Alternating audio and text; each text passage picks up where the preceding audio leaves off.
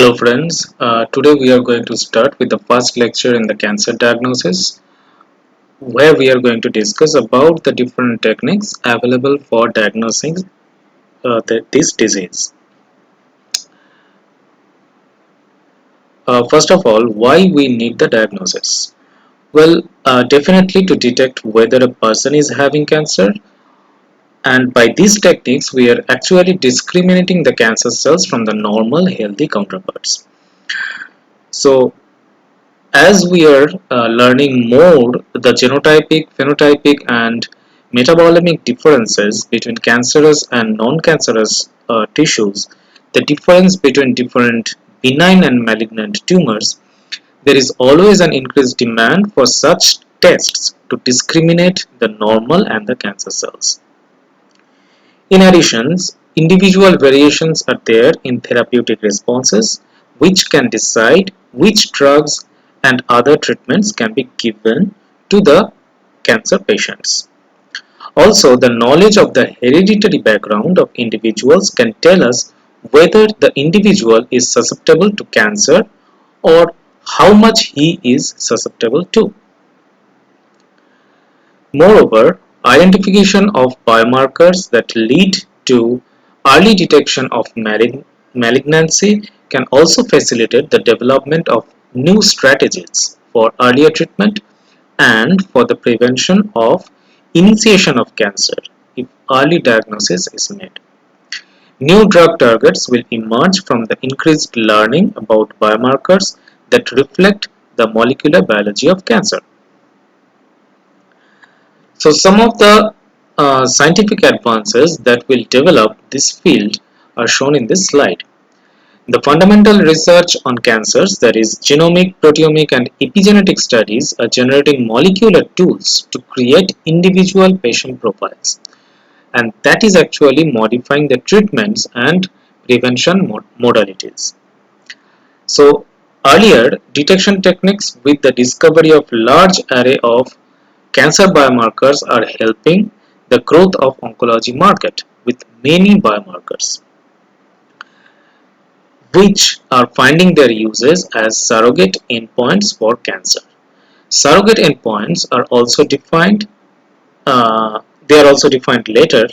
So here they are nothing but the biomarkers which substitute the need of any clinical assay, usually the biochemical tests. Small medical devices based on the nanotechnology or biological microelectromechanical systems are getting developed for diagnosis and treatment. Some related terminologies are as follows, like the biomarker, which is a characteristic that can be objectively measured and evaluated, and it is an indicator of normal biological process. So the US market in the cancer biomarker is a huge market, which is, like you can see, in 2011 it was 7.86 billion. Now in 2017 it has gone up to 11.5 billion almost, and in 2020, when the data we don't have it now, it will be even more. Then the epigenetic is, I hope you all are aware of this term, which are actually the mechanisms that influence the gene expressions without altering any DNA sequences. DNA methylation is a part of the epigenetic modifications. Then the metabolomics, which is the study of the overall metabolic profiles in cells, tissues or in the organisms. Then we have the nanotechnology. It is a branch of engineering that deals with the design and manufacture of extremely small electronic circuits and mechanical devices.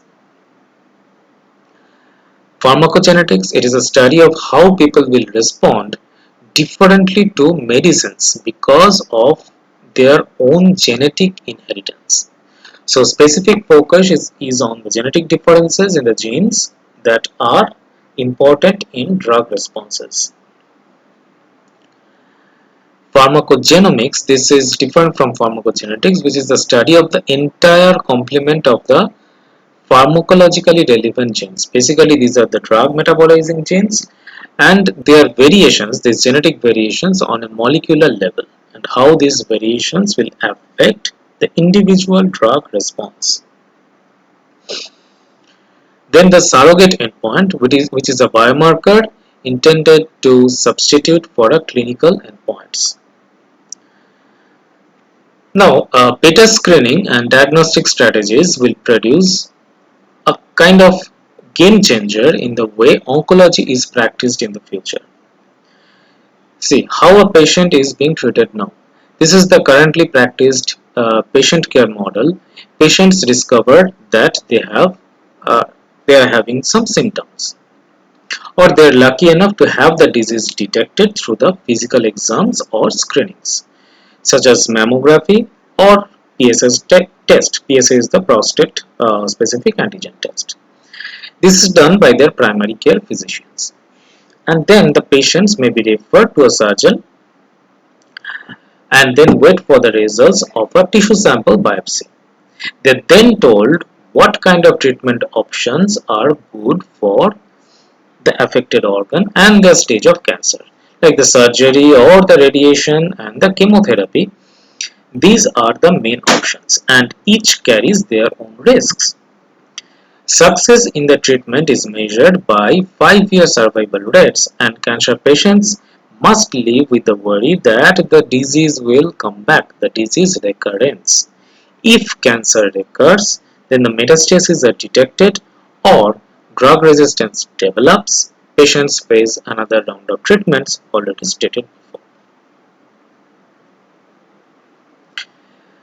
But in the future, patients will benefit from the early detection and greater customization of the treatment. Cancer biomarkers and imaging devices can be developed to check individual tumors, and patient-specific pharmacogenomics can predict the patient responses. Large databases containing all these patient-specific information will help oncologists to prescribe combinations of targeted drugs with cytotoxic drugs and monoclonal antibodies through delivery systems that target tumor cells. Physicians will treat patients as individuals, and oncologists will use the genetic characteristics of tumors along with genetic profiles of patients to predict drug responses and then customize each treatment. So, the new patient care model will emerge like this, where every level of the diagnosis and treatment will be governed by the new capabilities. What is that? Individual genetic screening will determine cancer risk. If tumors are found, tumor profiling will allow cancers to be categorized into subtypes by genetic mutations, abnormal proteins, and other characteristics, giving higher specificity to the cancer diagnosis. Therapy will be a combination of drugs and other treatments targeted to the specific tumor. The combination will include current and new drugs and surgical procedures as well as complementary and alternative approaches. Drug selections will be first verified with the patient's pharmacogenomic profile to determine dose and safety before expensive therapies can be prescribed or administered. Ethnicity has now become accepted as a prognostic factor for clinical outcomes because of the differences in drug metabolism patterns in the ethnic groups. So with this note about the future of cancer treatment, based on the advanced diagnostic techniques, we come to the end of our first lecture on cancer diagnosis. We'll meet again in the next lecture on cancer biomarkers. Thank you.